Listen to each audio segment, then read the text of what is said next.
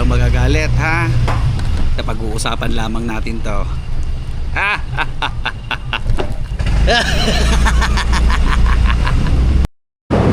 So ayun na. Pumunta na ako hub. Medyo late. Ano na hindi ko pa rin na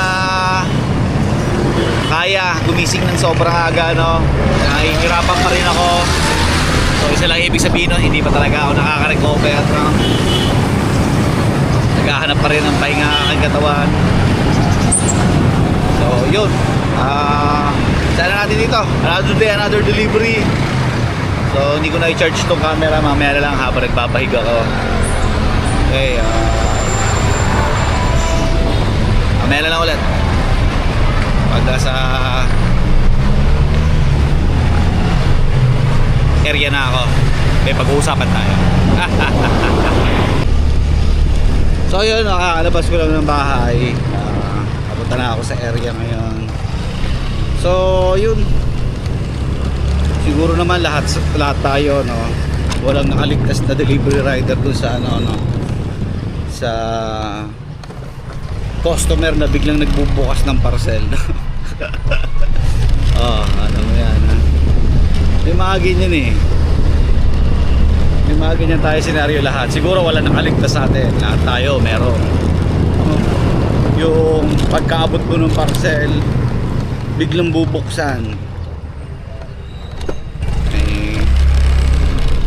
Pag tinanong mo kung bakit, para daw ma-check, may tamang proseso naman po dyan. Yung return refund. So pagkwentuhan natin ngayon yan, yung mga nagbubukas bigla ng parcel. Di ba kung bayad na eh, no? Di ba? Okay lang eh. Kung bayad na eh, okay lang eh. Kaso hindi eh. Walang hamo. Okay, pagkwentuhan natin yan. Punta muna tayo sa area. Deliver muna ako ng office, then sa Howard na tayo magkwentuhan. Medyo maselan kasi itong usapin na to eh, no?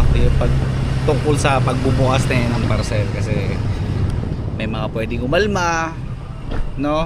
Ipipilit yung mga sarili nila na para ma-check, para malalaman yung laman. So yun, may mga ganyan kasing senaryo eh. Hindi naman nawawala yan sa mga hindi lahat tayo nakaranas ng ganyan, no? Shopee pa, Edwin. Walang rider na hindi nakatakas sa ganyan.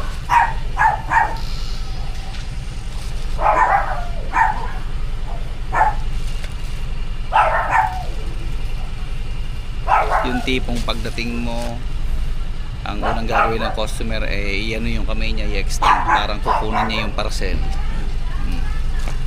Tapos syempre ikaw iaabot mo naman, tapos biglang bubuksan.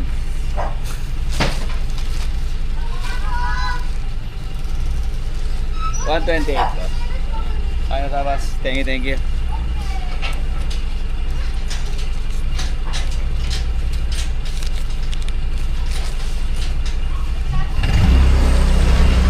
Meron namang iba, okay, inabot yung bayad, pero sasabayan ka habang nagsusukli ka, eh papaspasan buksan yung parcel.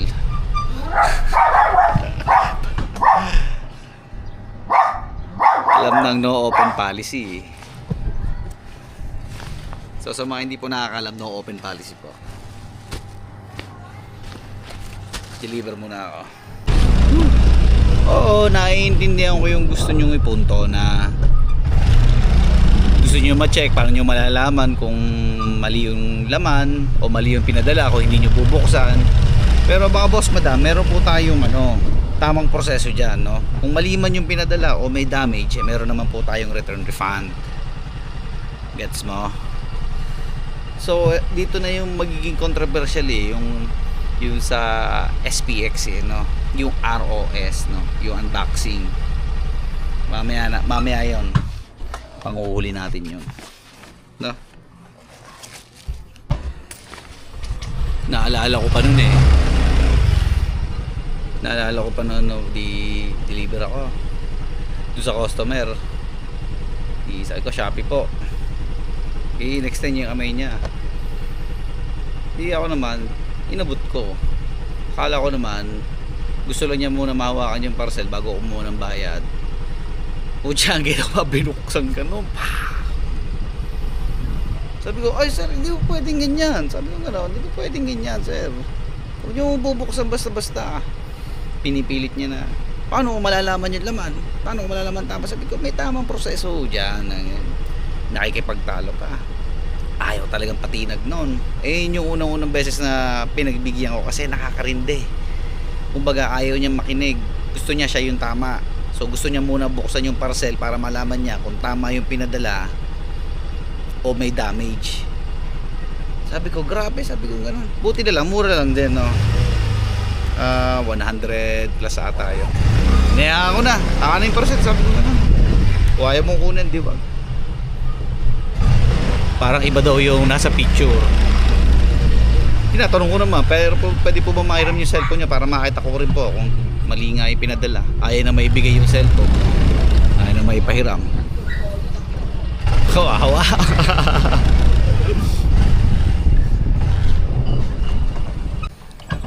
So, ang magiging problema kasi dyan, no, sa rider, once na binuksan nyo yung parcel nyo at hindi nyo binayaran o hindi nyo kinuha, magiging cargo na po namin yan.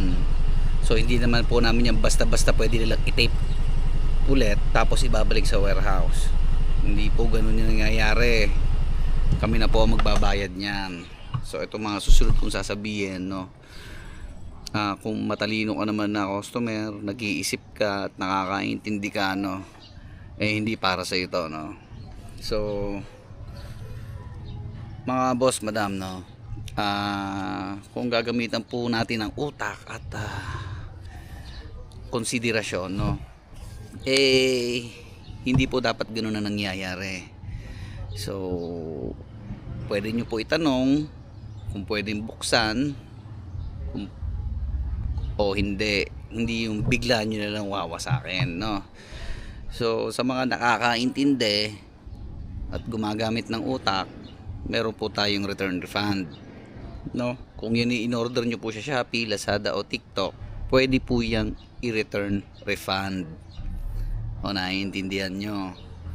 So hindi yung bubuksan mo lang para i-check yung laman. Hindi po ganoon.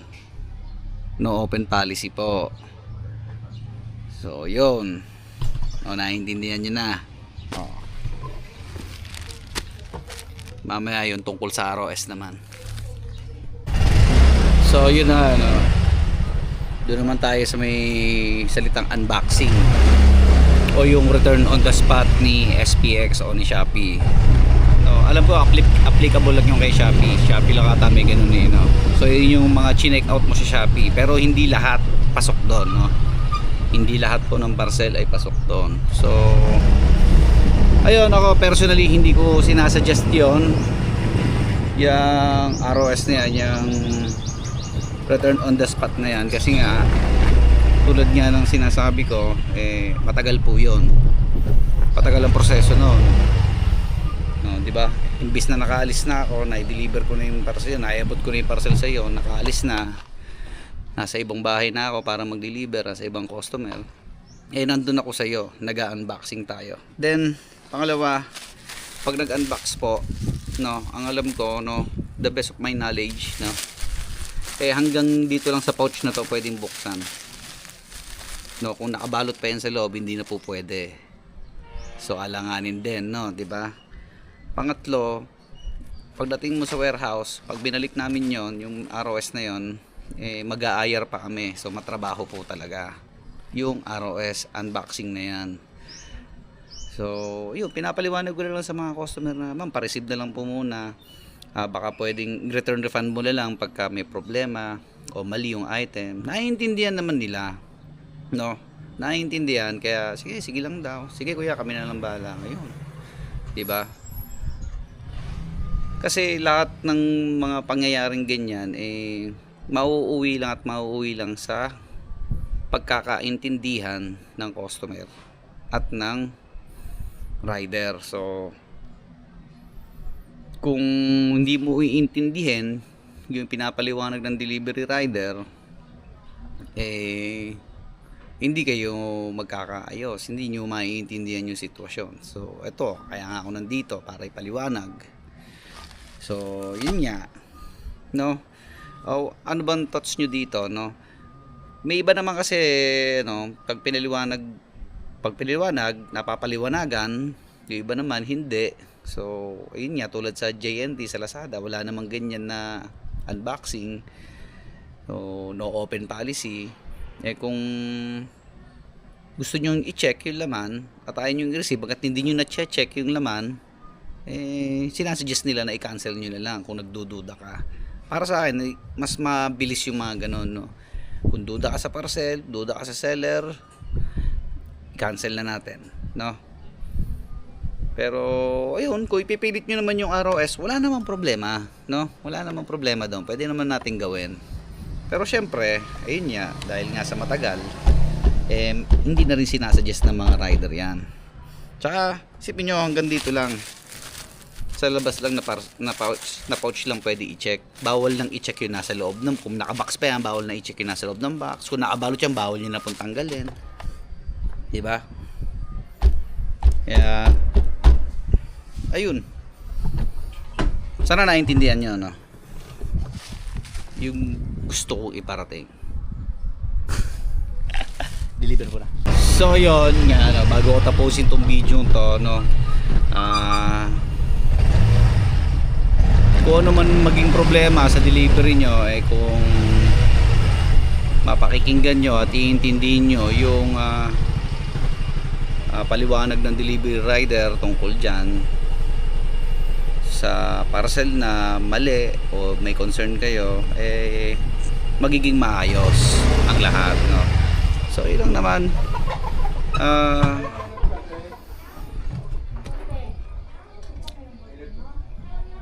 Tulad ng paulit-ulit ko sinasabi sa inyo, no, iingatan yung inyong mga sarili.